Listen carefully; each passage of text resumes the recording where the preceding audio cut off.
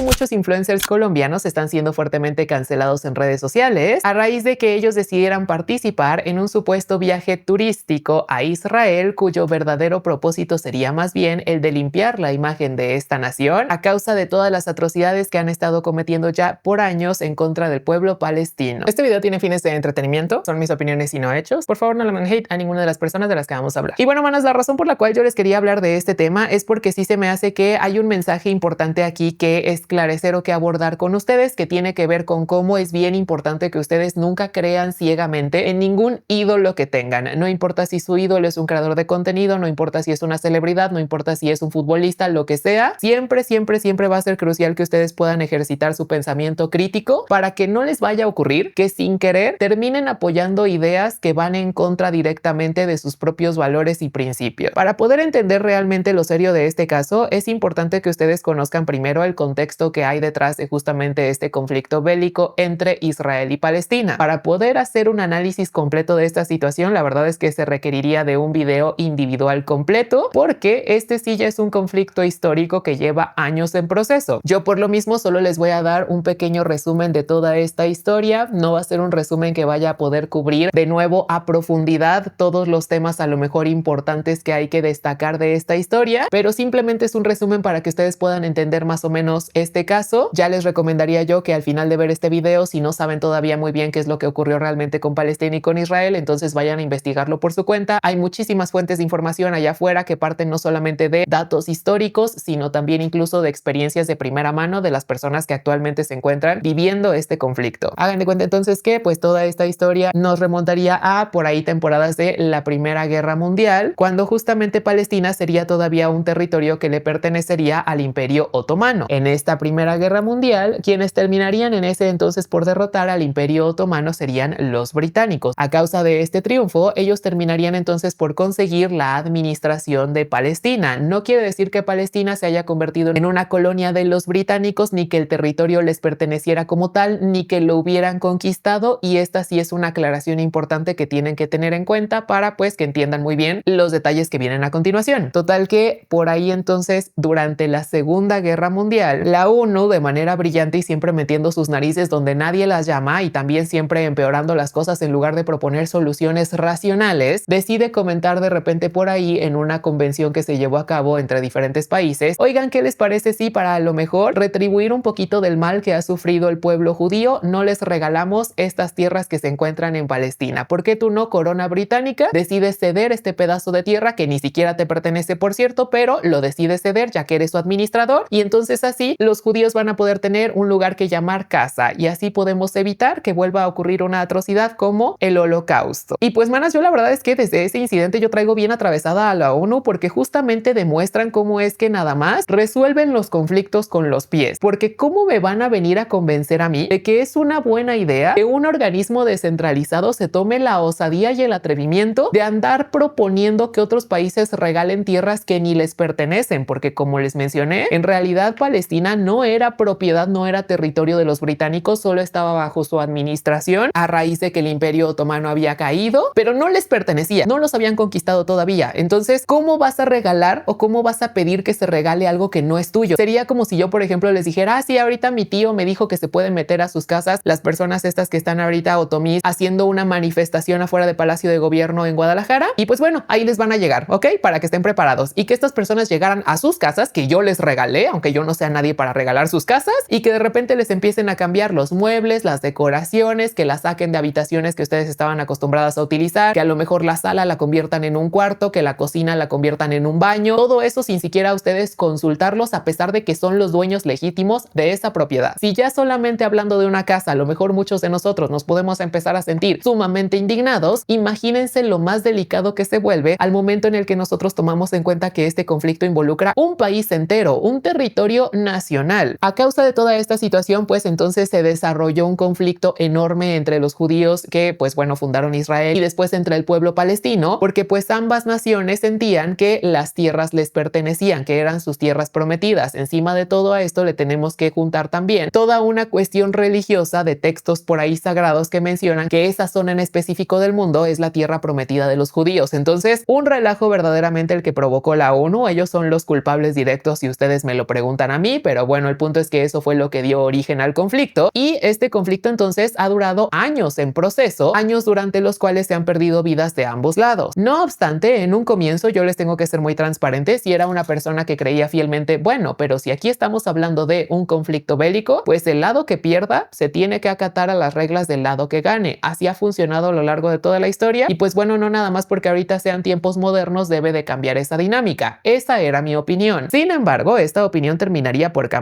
al momento en el que desde hace algunos años ya justamente ha sido el pueblo palestino quien se ha encargado de utilizar redes sociales y dispositivos móviles para compartir de primera mano las atrocidades tan terribles que han estado ocurriendo por allá, donde ya no entonces tenemos a un intermediario, algún medio de comunicación que tenga algún tipo de agenda por empujar, sino que más bien estamos escuchando historias reales de personas que se encuentran atravesando este conflicto. Y de verdad que las vivencias que estas personas narran suenan como el verdadero infierno en la tierra, porque ya no solamente están entonces ahorita siendo involucrados militares, que son las personas que pues bueno, tienen que participar en los conflictos bélicos, sino que encima de todo se le empezó a afectar a niños inocentes, a mujeres, a personas de la tercera edad, o sea, ciudadanos civiles regulares que no tendrían por qué estar pasando las cosas que están pasando en estos tiempos. Encima de todo, pues han habido también otras situaciones muy delicadas, como por ejemplo el hecho de que, como dicen por ahí, en la guerra y en el amor todo se vale. Entonces Israel se ha encargado también de, pues por ahí tratar de mover las cosas de cierta manera en el territorio nacional para incluso limitar la comida que el pueblo palestino está recibiendo. Entonces sí está muy delicada la situación y pues bueno, con este contexto ya general, a lo mejor se pueden empezar a dar cuenta el por qué es que últimamente se habla mucho de este conflicto y el por qué muchas personas, muchas naciones incluso han condenado públicamente las acciones de Israel, porque dicen, bueno, sí está bien que en la guerra todo se valga, pero no puede ser posible que en pleno siglo XXI,